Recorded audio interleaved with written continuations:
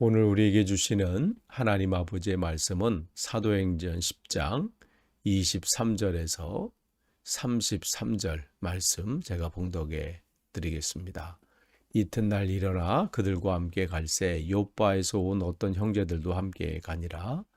이튿날 가이사랴에 들어가니 고넬료가 그의 친척과 가까운 친구들을 모아 기다리더니 마침 베드로가 들어올 때 고넬료가 맞아 발 앞에 엎드려 절하니 베드로가 이렇게 이르되 일어서라 나도 사람이라 하고 더불어 말하며 들어가 여러 사람이 모인 것을 보고 이르되 유대인으로서 이방인과 교제하며 가까이 하는 것이 위법인 줄은 너희도 알거니와 하나님께서 내게 지시하사 아무도 속되다 하거나 깨끗하지 않다 하지 말라 하시기로 부름을 사양하지 아니하고 왔노라 묻노니 무슨 일로 나를 불렀느냐. 고넬료가 이르되 내가 사흘 전 이맘때까지 내 집에서 제9시 기도를 하는데 갑자기 한 사람이 빛난 옷을 입고 내 앞에 서서 말하되 고넬료야 하나님이 내 기도를 들으시고 내 구제를 기억하셨으니 사람을 요빠에 보내어 베드로라 하는 시몬을 청하라. 그가 바닷가 무두장이 시몬의 집에 유숙하느니라 하시기로 내가 곧 당신에게 사람을 보내었는데 오셨으니 잘하였나이다. 이제 우리는 주께서 당신에게 명하신 모든 것을 듣고자 하여 다 하나님 앞에 있나이다. 아멘. 오늘 이제 말씀 우리가 28절 말씀부터 이렇게 23절 말씀부터 33절 말씀 이렇게 보는데요. 지금 이제 주님께서 성령께서 어떻게 하나님께서 말씀하신 그 일들을 이루시는지 우리는 보게 되죠. 예루살렘과 온 유대와 사마리아와 땅끝까지 이르러 이 복음이 전파되어야 되는데 그 일들을 이제 어떻게 진행하고 계시는지 우리는 이제 쭉 보고 있습니다. 그래서 고넬료에게 또 나타나셨고 또 그 말씀에 의지해서 또 베드로를 초청하게 되고 베드로도 또한 자기가 생각하는 바가 있었는데 하나님의 환상 가운데 하나님 말씀을 듣게 되고 그 말씀에 순종하게 되죠. 그래서 그들은 그 순종 앞에 베드로는 머뭇거리지 않고 바로 출발을 해서 가이사라에 있는 고넬료 집에 오게 되는데 고넬료는 그 말씀을 듣고 그 사모하는 마음으로 오늘 사람들을 자기 가족뿐만 아니라 주위의 친구들까지 모아서 기다리고 있어요. 그러니까 말씀의 사모함이 여기 있지요. 우리에게도 주님께서 분명히 말씀하십니다. 나를 사랑하는 자들이 나의 사랑을 입고 나를 간절히 찾는 자가 나를 만날 것이다. 사모하는 자가 만나게 된다고 말씀하십니다. 간절히 나를 찾는 자가 나를 만나게 된다. 그러니까 이 고넬료에게 하나님께서 말씀을 주셨고 베드로를 통해서 내가 너에게 말할 것이 있다. 이 말씀에 사모함이 있는 거예요.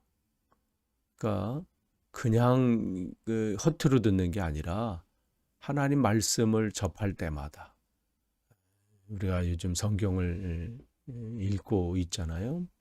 말씀 여러분 읽으실 때 그냥 의무적으로 또 오늘 읽으라고 하니까 또 오늘 분량이 이거니까 또 내가 또 시작을 했으니까 그냥 그렇게 읽는 것 물론 읽기 시작하고 또 읽는 거 중요하지만 읽으실 때마다 무슨 마음으로 펼치시는 거예요?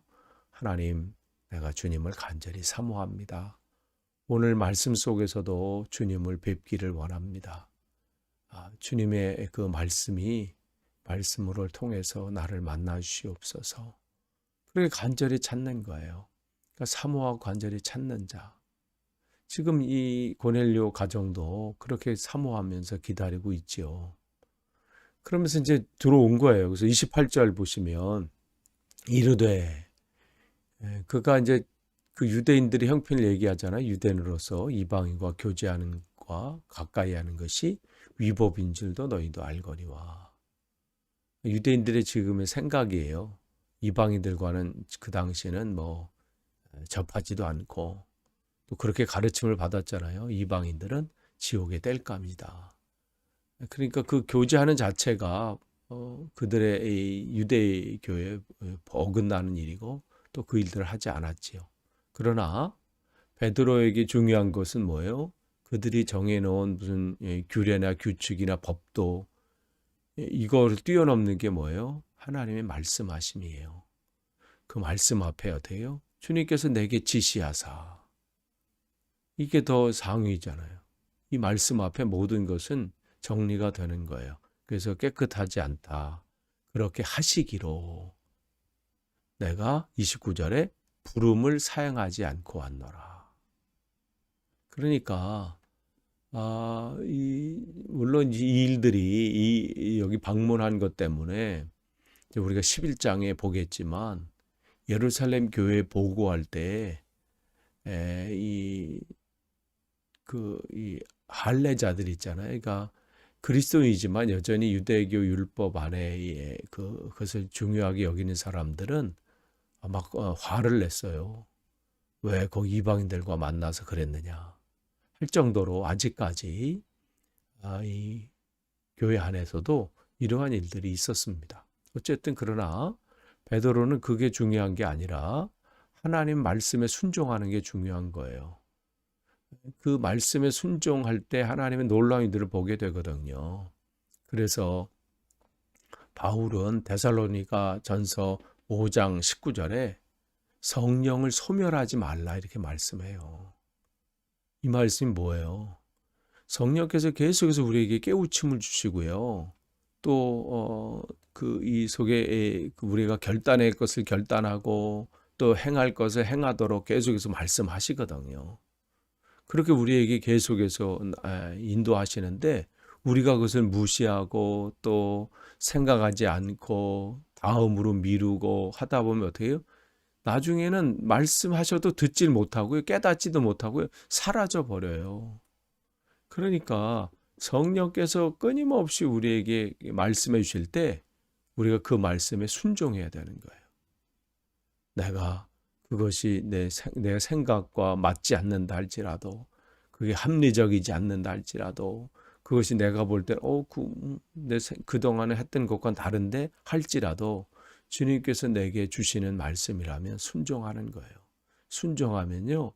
놀라운 하나님의 일들을 경험하게 되고 체험하게 되지요. 지금 이 바울도 이 베드로도 마찬가지예요. 말씀하시기로 내가 사양하지 않고 왔다. 근데 30절 또 보시면 그 질문에 이제 대답한 거 왜 나를 불렀습니까? 그 질문에 자기가 그동안 경험했던 체험했던 하나님의 그 말씀을 전하잖아요. 내가 이때 기도하고 있었는데 갑자기 환상 가운데 고넬료야 하나님께서 내 기도를 31절에 내 기도를 들으시고 내 구제를 기억하셨다. 그러면서 베드로라는 시몬을 지금 청하라. 그럴 때 어떻게 해요? 똑같아요. 여기 32절에도 내가 그 말씀을 하시기로 이렇게 했어요. 그러니까 이 고넬료에게도 이건 처음 이런 경험은 처음이잖아요. 그러나 또 유대인들이 자기들을 어떻게 생각하는지도 알고 또 자기들이 무슨 로마 군인으로 지금 파견돼 온 거기 때문에 그들이 자기들에 대한 감정이 좋지 않다는 것도 알잖아요. 이런 가운데 그럼에도 불구하고 걸리는 것도 있고 꺼리낌도 있고 또 관계도 있고 여러 가지 그런 게 있어요. 그럼에도 불구하고 어떻게 해요? 말씀하시면 하는 거예요. 관계가 저 사람과 좋니 안 좋니 저들과 나를 어떻게 생각하냐 안 하느냐 별걸 다 따져가지고 생각하고 그런 게 아니라 주님이 말씀하시면 순종하는 거죠. 그래서 하시기로 어떻게 내가 곧 이랬어요. 곧이에요. 그 성령을 소멸하지 않는 거죠. 그 말씀 앞에 순종하는 것이요. 사람을 보내었는데 당신께서 지금 오신 겁니다. 그러면서 어때요? 이제 우리는 주께서 당신에게 명하신 모든 것을 듣고자 하여 하나님 앞에 있나이다. 지금 고넬료와 여기 모인 사람들은 베드로를 본 거지만 베드로의 입술을 통해서 들려지는 말씀을 통해서 누구를 만나는 거예요? 하나님을 만나는 것이죠. 우리가 말씀을 읽을 때, 또 설교를 들을 때, 또 성도 간의 교제를 통해서 서로 이야기를 나눌 때 사람의 목소리를 듣지만 그 목소리를 통해서 뭘 청종해야 돼요? 우리는 잘 들어야 돼요. 하나님께서 내게 무슨 말씀을 하시나 그걸 또 잘 듣는 거예요. 그래서 설교는 그렇게 듣는 것이고요. 성도 간의 교제도 마찬가지예요. 저분이 무슨 얘기하나 뭐 들어보자 이 얘기가 아니라 하나님께서 저분을 통해서 내게 무슨 말씀을 해주시려나. 그래서 우리가 친구들과 만나든지 뭐 성도 안에 성도들끼리 교제를 하든 어떠하든 그러한 마음으로 만나는 거예요. 그러니까 그런 속에서 듣고자 하나님 앞에 있습니다. 이렇게 말씀하지요. 여러분을 주목하실 게 있어요. 베드로나 고넬료나 그 말씀을 하시기로 그들은 그 앞에 순종한 사람들이에요. 여러분 이제껏 하나님의 이 역사 속에서 하나님이 일하시는 방법은 뭐예요? 그 순종하는 자를 통해서 일하시는 하나님이세요. 하나님이 말씀하신 것을 내가 볼 때는 합리적이지도 않고 때로는 이런 방법이 맞나 할 정도 그렇지요. 그러나 주님 말씀대로 하는 거예요. 다윗을 통해서 하나님께서 법궤를 옮기라는 마음을 주셨을 때 다윗은 처음에는 합리적인 방법을 했잖아요. 수레에 딱 해가지고 얼마나 보기도 좋아요. 그러나 자기가 보기 좋는 방법으로 하는 게 아니라 하나님 말씀대로 행하는 것이죠. 어깨에 메고 옮겨라 그렇게 말씀하셨으면 그게 지금 시대에 맞지 않는 거라 할지라도 지금 상황은 그렇지 않다 할지라도 그 말씀대로 하는 거예요. 그게 말씀에 순종하는 거죠. 그러니까 하나님은 그렇게 하나님 말씀대로 순종하는 자를 통해서 하나님의 놀라운 일들을 행하십니다. 그러니까 오늘 그렇게 할 때 어떻게 해요? 한 가정이 회복이 되고요. 또 그와 함께하는 모든 이 초청된 사람들이 하나님 복음이 전파되는 놀라운 일들이 일어나게 되고 사실 그 가이사라에 이방인 교회가 처음으로 시작되는 놀라운 일들이 일어나게 되잖아요. 하나님의 예비하신 은혜들은 어떻게 나타날지 우리는 몰라요. 우리가 그 앞에 순종할 뿐이죠. 순종한 사람을 통해서 하나님의 계획하신 일들이 놀랍게 일어나게 돼요. 그러니까 여러분, 오늘도 성령께서는 우리들을 통해서 일하길 원하세요. 그래서 계속해서 깨우쳐 주시고 말씀해 주시고 순종하게 하세요. 때로는 힘들죠. 그동안 하지 않았던 일이고 거리낌이 있고 그러나 그러한 모든 것을 뛰어넘어서 하나님 말씀 앞에 순종할 때 우리는 이제껏 경험하지 못했던 놀라운 하나님의 일들을 체험하시게 될 것입니다. 이번 한 주간도 여러분 또 오늘도 마찬가지죠.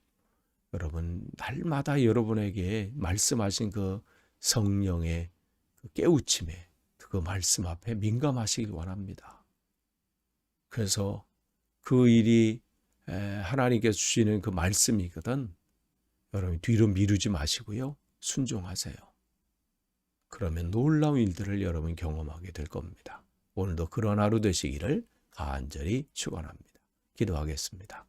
하나님 감사합니다. 오늘도 우리에게 새날을 주시고 함께 말씀을 나누게 하시니 감사합니다. 오늘도 주님의 말씀 앞에 순종하길 원합니다. 성령을 소멸하지 않기를 원합니다. 계속해서 깨우쳐주시는 말씀이 있습니까? 계속해서 그 일을 행하라고 말씀하십니까?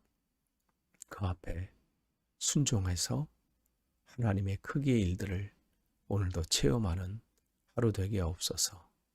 감사드리며 예수님의 이름으로 기도하옵나이다. 아멘.